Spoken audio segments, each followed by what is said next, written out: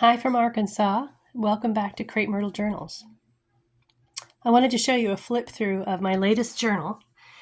And this one is made from a Royal Horticultural Society diary, just like this one. This one's from 2023, and this diary is from 2020. I found them on eBay, I believe, and I think there's a lot of them because they've been making them for at least 15 years, I believe. And often they are unwritten in, have a pocket in the front. A lot of them are similar structure and details. And I've already taken many pages out of this one, but there's usually calendar side pages and botanical images. Each one kind of has a different, maybe artist that's featured, or just different images in each one. So I have deconstructed this book a little bit and taken out several signatures in order to make an alternated book.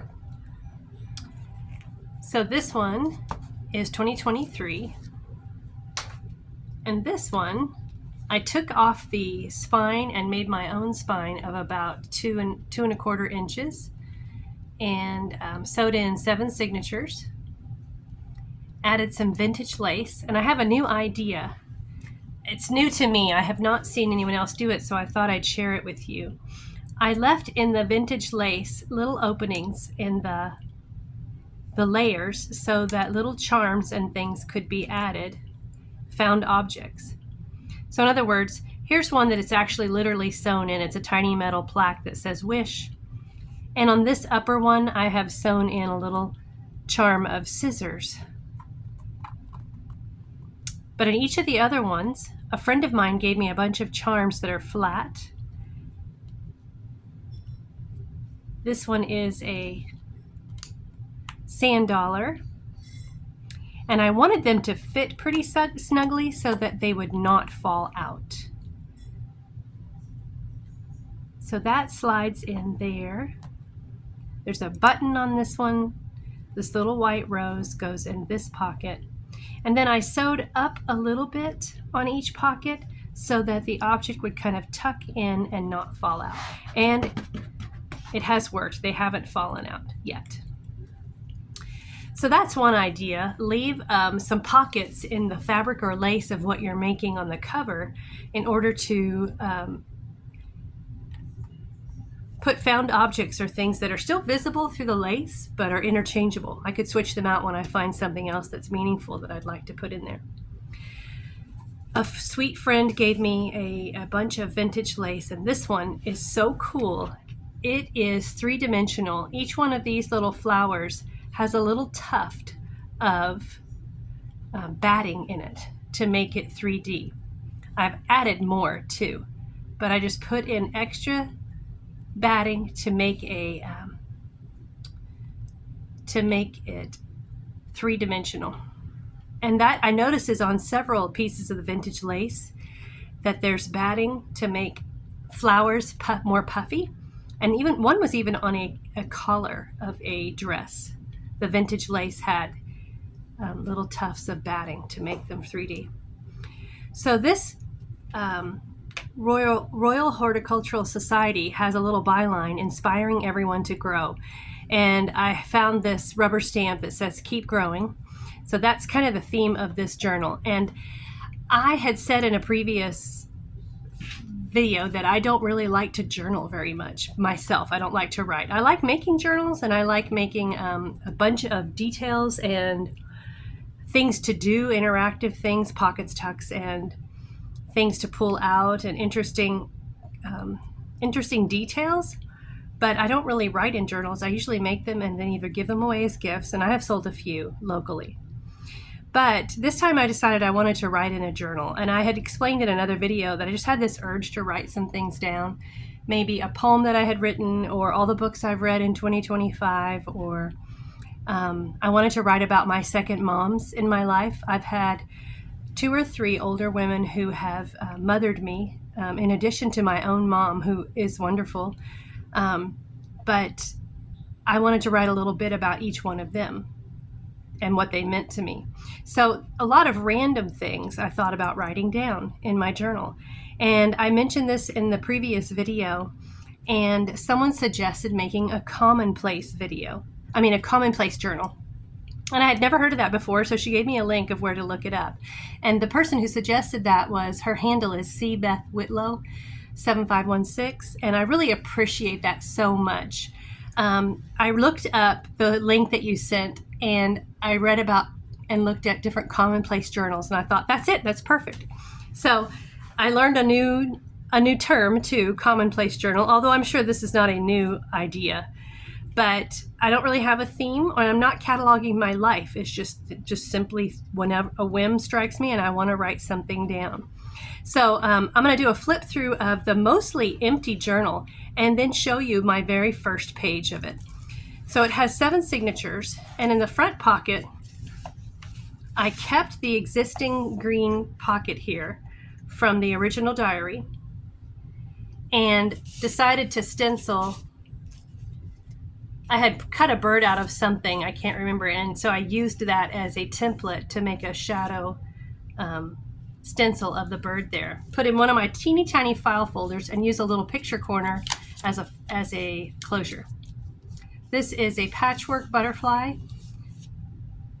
I think I got that from a picture of a butterfly in a catalog, and I just patchworked the opposite side and then gently cut it out on the other side so I could see how to cut it out in order to get a patchwork butterfly. And this is a linen from Little Bendy. It's a shop on Etsy where she has scanned a bunch of crocheted linens and embroidered linens into a PDF or a form that you can use them and print them out on your own. So after I did the bird and I started putting tags in here, I realized, I'm going to be blocking the bird. So I made a tag big enough to put another image of the bird on it so that when it's sitting in the pocket, it'll still look as though it is a complete bird and not chopped. These are just old blue file folders, manila file folder cut into a tag. And this was graph paper, but it's a little harder like cardstock, a vintage source. And this is a list of page ideas that I've written on over the course of 2 years or so. And I've just tried to list every page idea that I've had. Tea bag tab, copy my own dried flowers on the copy machine, a coffee cup notepad or pocket, leaf template, my own stamps, tab with a charm, flags on the top of the page, just a bunch of ideas so I can use it as an idea bank and keep coming back to it when I'm stumped. And this was a simplicity pattern, vintage, that I turned into a journaling card or bookmark. I used scrapbook paper in this. I have a lot of scrapbook paper and I don't always use it for journals. And I used coffee dyed paper, graph paper. My son is a mechanical engineer, and I think this was from one of his job pads of paper he would work at home. And so I got the interesting, not just graph paper, but it has diagonals on it too. I'm going to use this like a bullet journal and keep an index.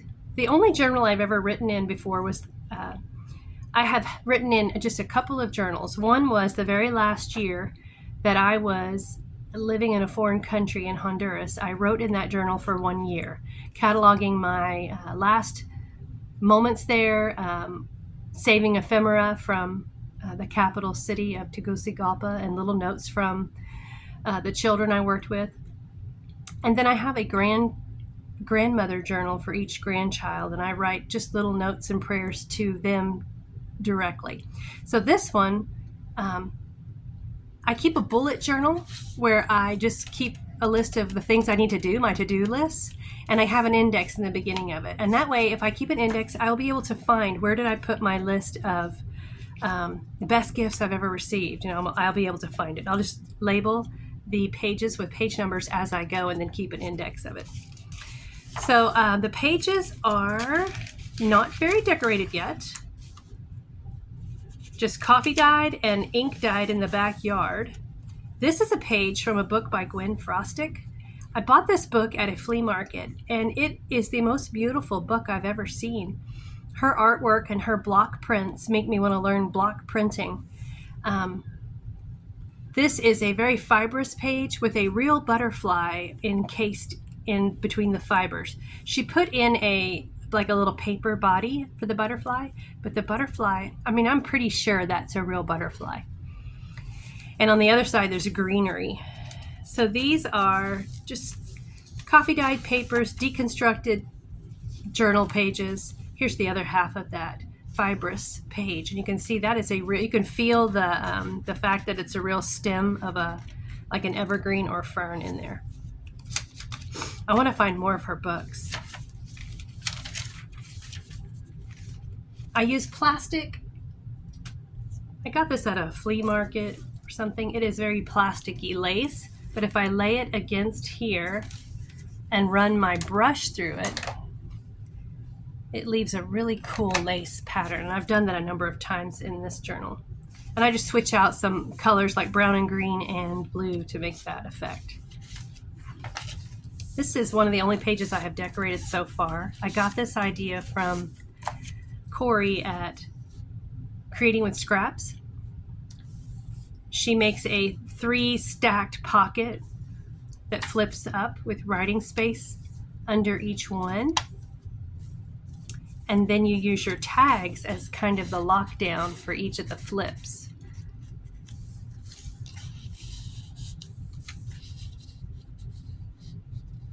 So I had a lot of fun making that. She has a treasure trove of ideas using scraps, and I never run out of finding fun things on her channel to try out. So scrapbook paper, bullet journal paper from a deconstructed bullet journal, coffee dyed. I did put kind of a collage of little bits on here and faux aged tape so I could create a writing space on this dyed paper. I dyed it purple, and I wanted a space in the middle to kind of have an empty space to write on. And I got the idea actually from a journal that I have, a very pretty journal that the pages look like, this design that looks like you've taped some pages in. So they may have a little decoration in a corner, but it's like a page upon a page design with tape. So I thought I would try to imitate that on my own. So it's mostly blank. This was a sketch my son did in high school, and I was getting rid of some of the stuff that accumulated, and I pulled out a couple of his sketches to keep, and I thought I'd use it in this journal. Here's more of that plastic lace. Another one of those linens from Little Bendy. And this page was dyed in the backyard with blue tie-dye ink, and I just really, really enjoy it so much. And I think I'm almost run out of dyed pages, so I need to have another session in the backyard while it's sunny. It's August right now, so it's July right now, so I've got plenty of sunny days. But here's the other half of that sketch of a lily he did. I cut out birds from a magazine that were sitting on a perch or a twig, and the outline looked so cool. I thought I'd use that as a template to make an outline of 2 birds out of a page. Another one of those pages where I taped onto another design. I think I could write over that stenciled page, but another page on top made it easier. Another one of that plastic lace stencil pages. This is from a gardening book, how to design like garden layouts. I laid some lace against some paper and then squirted it with ink to make that design. Another half of that gardening book. More of that. My husband said it looks like a stormy sky, and it does.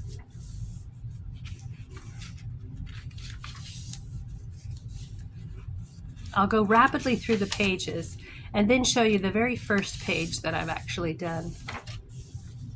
This was a guest book, so I'll probably cover up the word guests.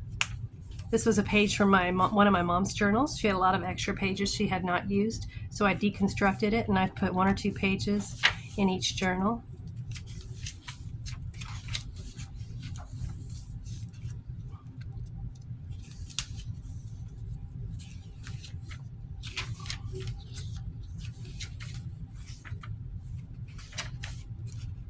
I tried to put in a variety. It's probably mostly soft pastels and coffee dyed, but there's some yellows, pinks, and blues, I guess, is the predominant color.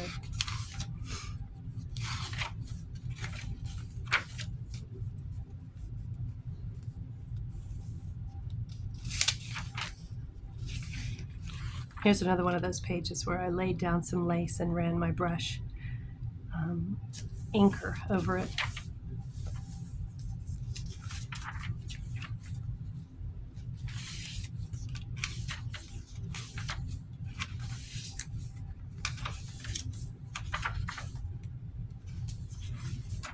This was some vintage writing paper that's blue sky with a bird in the sky. But look at that bright yellow on the next page. I really like that. And I thought it looked good with that yellow.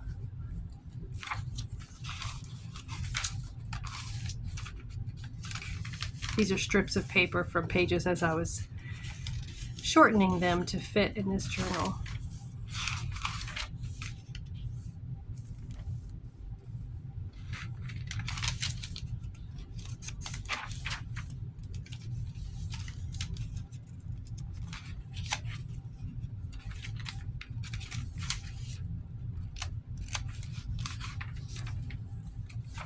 Here's the other half of that writing paper that had a bird in the sky.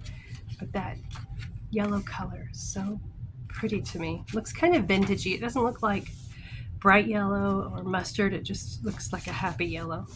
And the last signature, this was actually a little like a folio that held stationery. And the stationery was this silver paper. And I used up one of the last pages of it and the envelopes that went with it and decided to turn that little folio into a signature. So I added some pages to it, and that's become my last signature. I got a whole stack of this like vellum paper from a flea market, and it has like a wheat design embossed on it. I just laid a handkerchief against some columnar paper and ran it through the copy machine. This was this wheat embossed paper. It had pink envelopes with it too. This bird was an idea I saw on Etsy where you could buy a whole garland of these birds made out of maps, but I used the idea to make my own bird. But I did put the hole and the hole reinforcer as though it were part of a garland or a tag.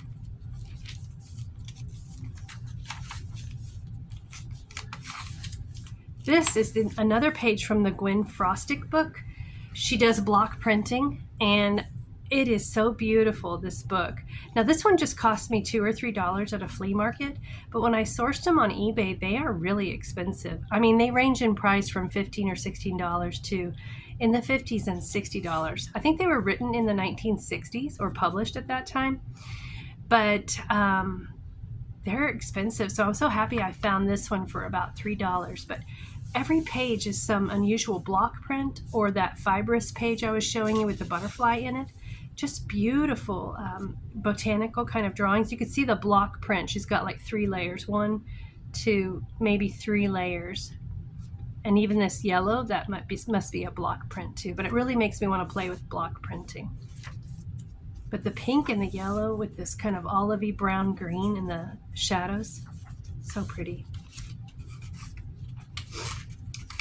Almost to the end of that signature and the back cover. And the back cover just has one of the images that I cut out of this diary, the Royal Horticultural Society. And the back has another piece of vintage lace and a page that I designed using my own, actually, you know, I don't know, I guess it is block prints. I just call them rubber stamps, but I make linoleum stamps. And that's how I made, or I think I may have used art foam to make that rose. So I designed some paper like that, but that is a pocket on the back cover. Something thin can go in there. It's just paper, maybe a little heavier than normal paper. So the very first page that I did was a page where I'm going to write down all the books I've read in 2025. And here it is. I made a bunch of books stacked up. I think I've seen this before on a bookmark or something, but I made a bunch of books and laid them like they're on a bookshelf and stacked them like they're on a bookshelf. And I'm going to use this page to write down all of my books I've read in 2025. And I can write, along here, 3 or 4 titles. Here, I can write here. Also, I can write all along this. And I have white pens that will write on the dark.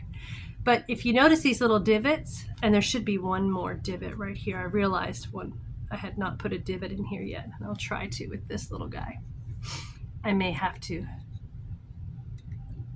mess up where I have glued if it doesn't work. There we go. Tiny divot there. Because I want them to be little pockets as well.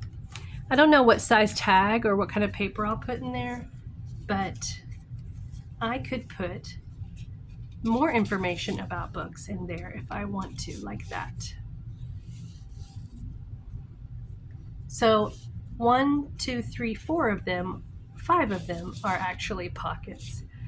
So it'll be pockets and book spines in order to list all of the books I've read in 2025. So that's going to be my first page. I'm going to write on there today all the books I've read, which is probably about 15. And for me, that is very unusual to read 15 books in a year, but it's only because I've recently got hooked on George MacDonald, a writer from the 1800s who greatly influenced C.S. Lewis and J.R.R. Tolkien.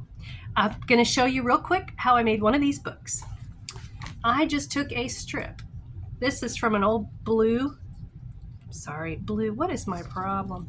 A brown file folder. It may have been a hanging folder like this. I find these at garage sales. I got a whole stack of these at our church sale. And the olive green and browns I especially love. So I cut it into a rectangle. I wanted this one to be tall because it might be a bookmark. Actually, I could tuck it in one of these pockets too and make it into a bookmark. So I inked the edges, but I also bent down the top and bottom and inked that to make it look like kind of a beat up page or beat up spine. I actually pulled out some of my old books and thought, well, how does that look on a spine? Kind of looks bedraggled at the top and bottom. And this book, I think I found this at a flea market. First of all, I love the end pages because it looks like an old print, kind of creamy with brown flowers. And then the inside has an inscription from 1885, and it was printed in 1884. So I love the fact that it's more than 100 years old. And I wanted to imitate that spine, and here's another spine that I looked at. So sometimes there's a different color, rectangle, and just bent or bedraggled edges here. So that's the thinking behind this little bent ends here. Then I cut out a piece for details. And of course I've dropped them. Here's one. Maybe they're just underneath here as all the bits shake out. Great. I had them ready. Here's some other books. Maybe I'll find them amongst this. Here's some more books. I made more than I needed for this page, but here's the other half of that. I thought I'd put it here, but then I had a gold rectangle. Where are you? I tried to have it, actually, here it is. I had it ready to go. So just add some details to your spine to make it kind of look like a real book spine. course, once you stack them and stand them up like they're in a bookshelf, to me, then it looks recognizable that they are books.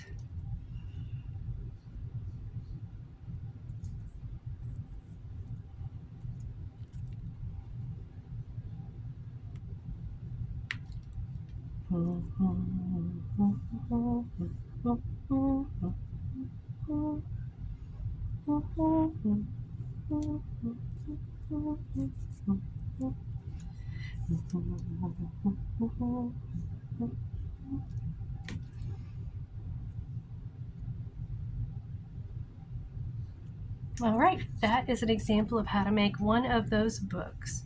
And then once you line them up and stack them up,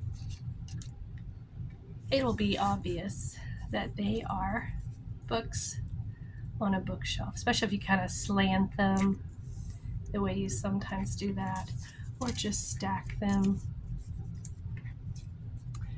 I hope you enjoyed this, and thanks again to C. Beth Whitlow for that fun idea of a commonplace journal.